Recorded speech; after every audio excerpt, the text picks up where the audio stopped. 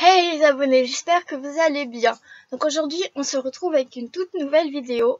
On va parler de quelque chose qui m'exaspère par rapport aux propriétaires d'animaux. Donc tout d'abord, je voudrais m'excuser pour mes 3 semaines d'absence. J'ai été un petit peu malade. Sur ce, je vous laisse avec l'intro et on se retrouve juste après.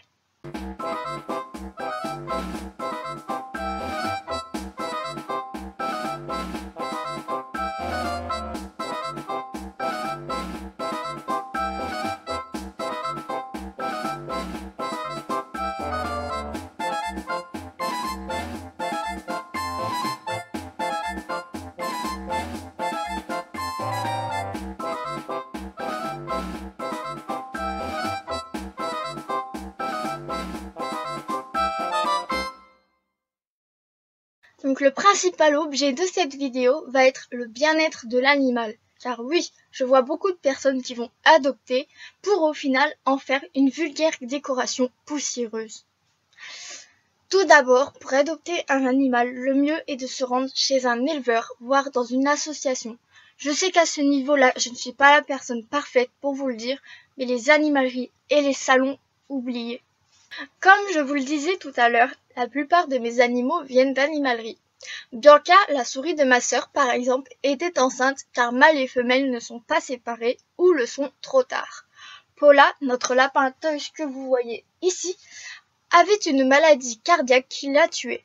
Car en fait, les lapins toys ou nains mini, qui sont plus chers que les nains, plus petits, plus mignons, ne sont que des lapins nains, tout ce qu'il y a de plus banal, mais ils sont sevrés trop tôt. On sait tous que le lait maternel chez les animaux est important. Sans, ils peuvent mourir, avoir un handicap, car grâce au lait de la maman, les défenses immunitaires et les organes ont tous les apports nécessaires à la bonne santé. De plus, dans les animaleries, les salons, les animaux sont pendant des heures dans des cages enfermées avec très peu d'aération. Personnellement, pour avoir fait un stage en animalerie, je sais que lorsqu'on ouvre la cage des rongeurs, des chiens ou des chats, ça sent mauvais. Et cela est très mauvais pour les poumons et les voies respiratoires de l'animal. En allant mettre votre tête dans la poubelle, vous pouvez tout à fait comprendre. Nos chiots, Nikki et Nougat, viennent d'un salon du chiot. Ils étaient dans cette cage en plexiglas avec une dizaine d'autres petits chiots. Au début, nous pensions que c'était bien. Mais au final, non. Vous croyez que les éleveurs sont vérifiés? Eh bien non. L'éleveur de nos chiots n'est pas un éleveur, mais un trafiquant.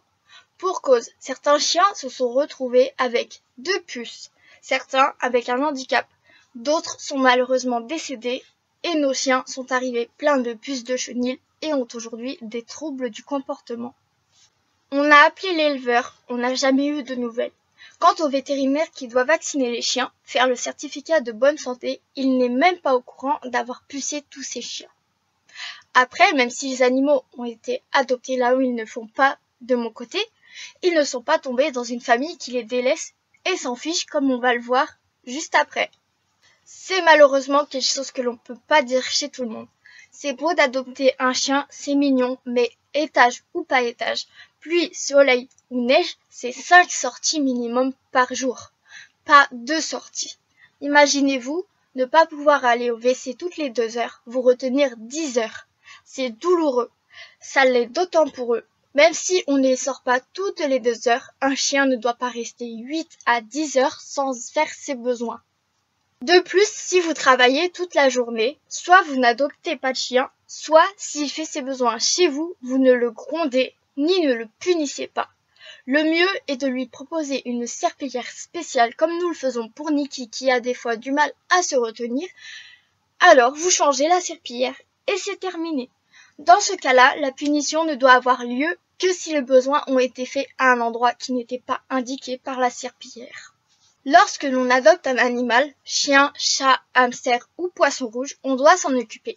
Câlins, bisous, jeux, nourriture, eau à volonté, échangés souvent. Ce ne sont pas des objets que l'on pose vulgairement sur une étagère et dont on s'occupe uniquement quand on en a envie. Il faut aussi savoir lui laisser ses petits moments de calme, mais lorsqu'il réclame un jeu, c'est bien de jouer avec lui, de vous en occuper lorsqu'il le demande et de le laisser tranquille lorsqu'il en a envie. Et tant que je parle de nourriture, ne pas acheter de la nourriture car c'est moins cher. Le moins cher est toujours un manque de qualité qui peut nuire à la santé de votre animal sur le long terme. Donc la qualité doit primer sur le oui, mais c'est moins cher.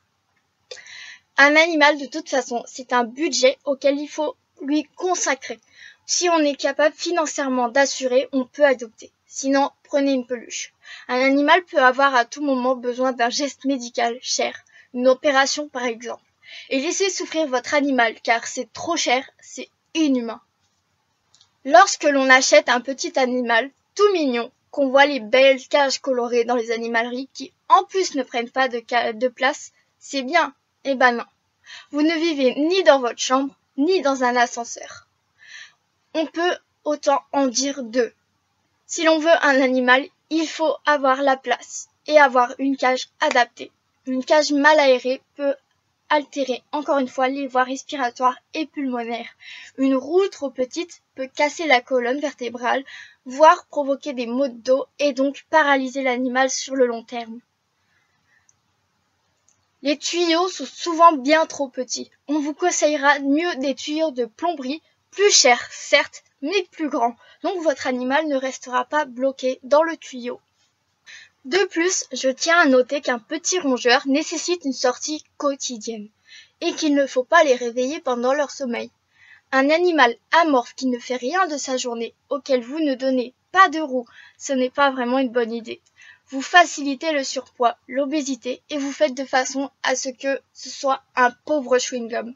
Mais de là, vous faites ce que vous souhaitez. Je dis ça car on m'a déjà dit que je maltraitais mes animaux car mon hamster a une roue et donc le faire courir sans but, ça l'abrutit.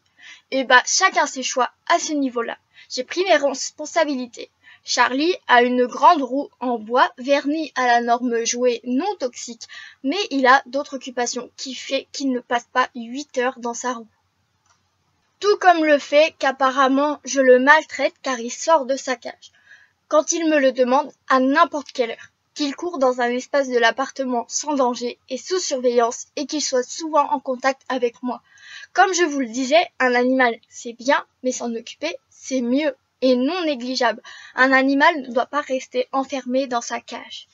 Et tant que l'on parle de la sortie de l'animal, avez-vous déjà remarqué que votre chien va sentir voire lécher les déjections d'un autre animal ? Vous les tirez car rester sur place c'est nul et vous les grondez car c'est sale. Chez les animaux, ce comportement n'est pas sale.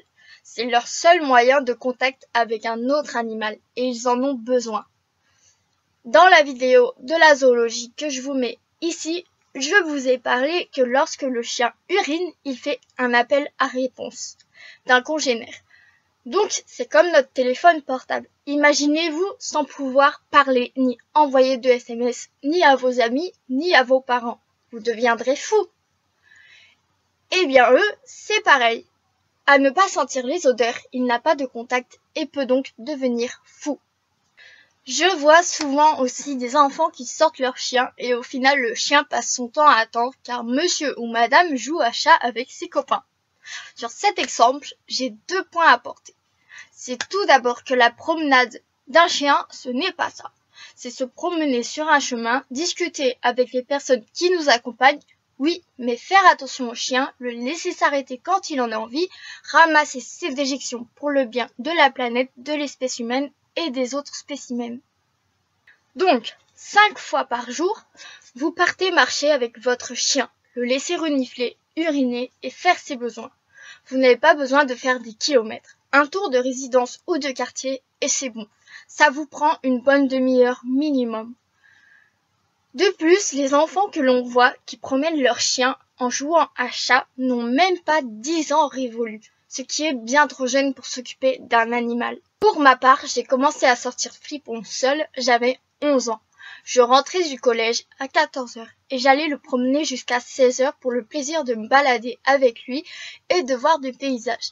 Même si je ne savais pas encore gérer les rencontres entre chiens, j'allais dans des endroits où l'on était seul, dans les bois par exemple.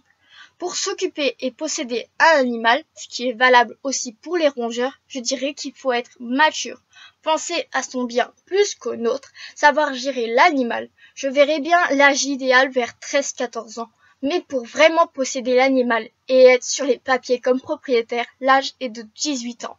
Avant 18 ans, je pars du principe que l'animal est sous la responsabilité des parents. Par exemple, Nikki a été achetée pour moi. Les papiers ont été faits à mon nom. J'avais 17 ans et demi. Pendant 3 mois, elle a donc appartenu à ma mère jusqu'à ce que je fête mes 18 ans. Les rongeurs, c'est pareil. Vous achetez un rongeur pour votre enfant de 6 ans, mais vous devez surveiller l'enfant quand il a le rongeur. Le rongeur n'appartient pas à l'enfant, mais aux parents. C'est aux parents de vérifier si tout va bien, si l'animal n'est pas maltraité. Avant d'adopter un animal, réfléchissez bien. Un animal, vous l'avez bébé, et vous devez l'accompagner jusqu'à son dernier souffle.